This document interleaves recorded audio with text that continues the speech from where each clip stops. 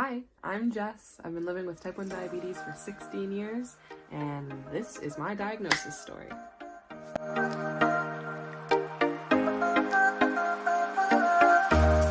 Did I make my bed just for this video? Yes.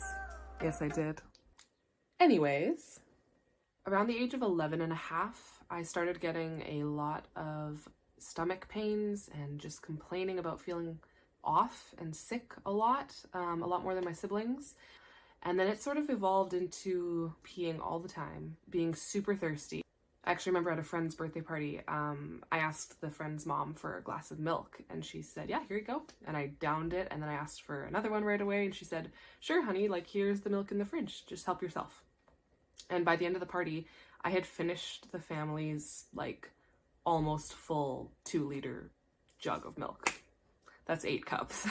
And she mentioned it to my mom and thought, hey, like, this is kind of weird. Like, the party was great, but here's this thing that happened with your daughter. And that was one of the warning signs for sure. In hindsight, sorry to Mrs. Toner, milk's expensive.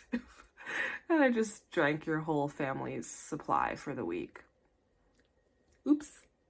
Around this time, I was also losing a lot of weight. My mom thought I maybe had an eating disorder, but there were times where I seemed just so hungry. I would devour everything in front of me, and other times where I said my stomach hurts so much I can't eat this. So she wasn't sure what was going on. I lost about 30 pounds when I was nearly 12, and I was just an average sized kid, so this was quite alarming. I was, I did a couple sports, had a normal appetite like my siblings, so again, this was just very unusual, she noticed. Oh. Another thing that happened around that time is I started getting tingly and numb fingertips and toes. And that was probably the biggest red flag, which made my mom go, okay, something really isn't right. Let's go get you checked out. And I went for blood work, and they called us immediately, hours after my blood work, and said, you need to get to Children's Hospital right now. Like, things are not good. Can't tell you much, but get your daughter there. So I was supposed to babysit our neighbor's children that night, a couple houses down the street. And that was not at the forefront of our minds anymore when we raced off to Children's. But we left in such a hurry, we didn't even think about them or canceling or even locking our front door. So when I didn't show up for babysitting, my neighbor came down and knocked on our door and wasn't sure what to do and thought this was so weird because I would never just not show up or even be late. And she called her friend who was in the police department and said, hey, this is kind of weird. What do you think I should do? I can't get a hold of them. They're not here. They don't seem to be at home. And the friend said, try their front door. And if it's unlocked, call the police. So sure enough, she did. And they called the police, and it was this whole thing. Anyway, that's an aside. So at Children's Hospital, I got admitted. They did some more blood work and pretty quickly came in and gave us the news, 100% sure you have type 1 diabetes.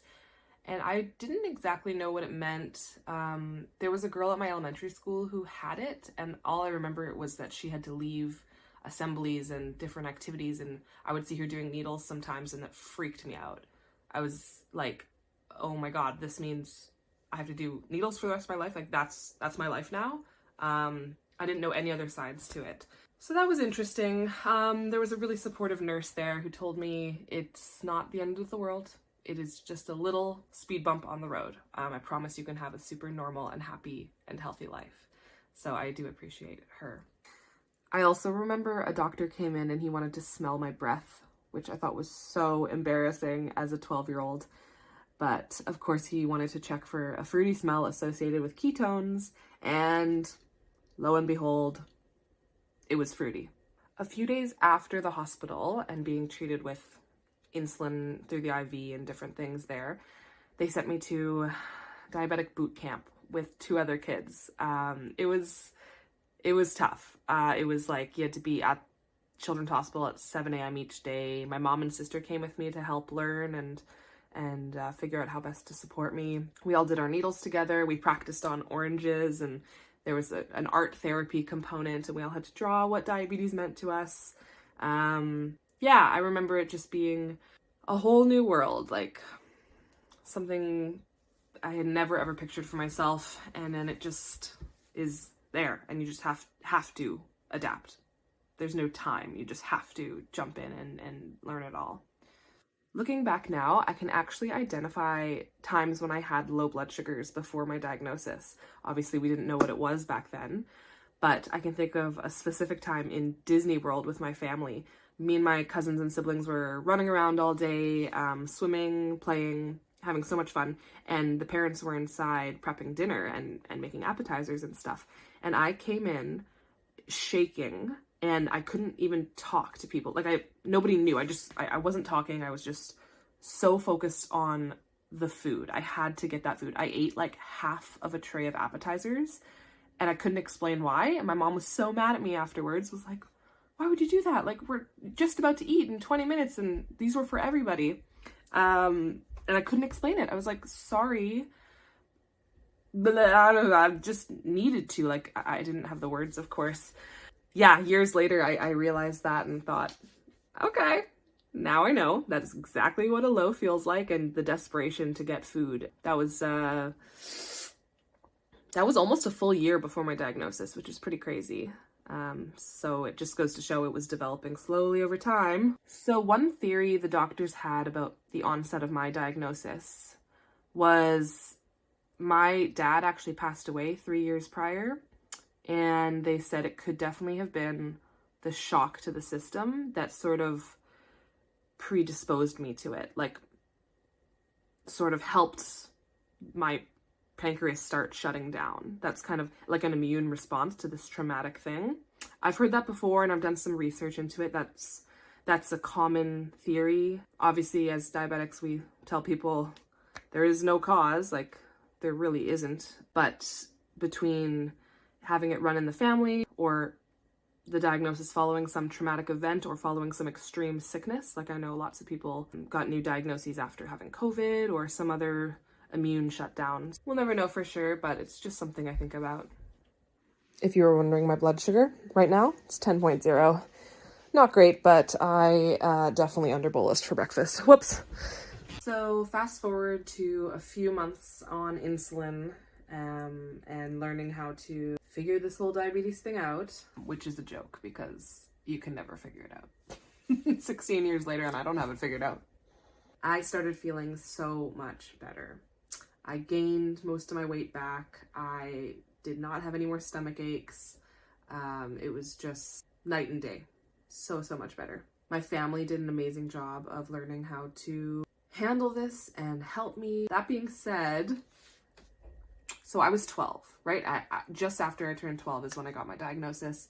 And that's a hard time for anybody. Obviously, you've got lots of hormones going around. You just want to be independent. So then you slap on a diabetes diagnosis and take all that away. It's pretty frustrating. The way I kind of responded to that was I became really mean and sassy and yelling at people, telling my mom to shut up, like different things that maybe that doesn't sound so bad to some people, but for me it was very out of character and just a terrible time. So for a whole year after my diagnosis is how that was kind of going. But the funny thing is, my coping strategy for all of that was to block it out. I don't remember that year. This is just from anecdotes from my family. So maybe that's like my mind protecting itself. I can't remember it. No recollection of pretty much that time after diabetes camp to when I turned closer to 14. I obviously said sorry to my family a lot after I learned about this year and how bad I was, but they don't blame me one bit. They just supported me endlessly. One thing I struggled terribly with ever since I got diabetes, and this didn't go away till I was about 20 or 21, was anxiety around doctor's appointments. And it actually extended into any sort of professional or paraprofessional setting, like dentist, even physiotherapy. I had a soccer injury one time, and any environment where there might be questions about my diabetes or my blood sugars freaked me out. I would stress for days and days leading up to these appointments.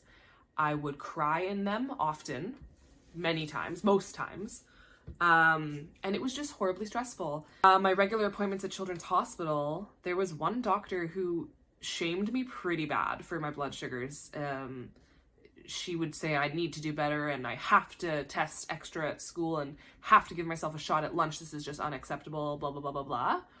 And I think that sort of onset the trauma for me associated with these appointments. Thankfully, fast forward to many years later, maybe when I was 21, in that shift from children's services to adult services, I found a type 1 diabetic endocrinologist who lives about an hour away from me. And we do mostly virtual appointments, but he's so wonderful. He just gets me, and I look forward to seeing him every time. In our very first appointment together, I said, hey, look, this is what happens with me in appointments. I cried to him. I said, this is how stressful it all is. And he put away the papers and said, okay, let's just talk. Like, tell me, what are your least favorite things about this disease?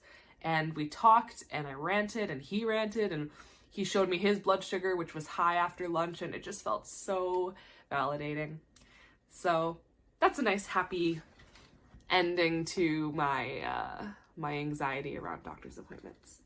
As a reward for adjusting to this new life and learning all the things and being so responsible, my mom let me get MSN. I forgot the name for it for a second. It's been so long. For those of you who don't know, MSN was like an instant chat messenger thing. And you could see when your friends were online and put different emojis beside your name and change the color of different people's screens and just talk to them. That was before Facebook and Instagram and all those things. And I thought that was so awesome.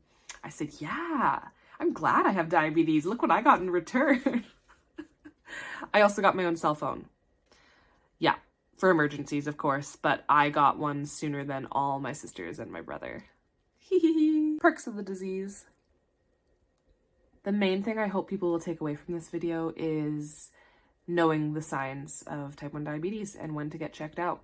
So if you have any of the following: unexplained weight loss, extreme thirst, extreme need to pee, stomach pains, tingling fingers, dizziness, vomiting, those are kind of the main ones. And if any of those, you know, in conjunction with each other especially, please go get some blood work and get checked out, because you never know. Type 1 diabetes can happen at any age, to any type of person, any lifestyle.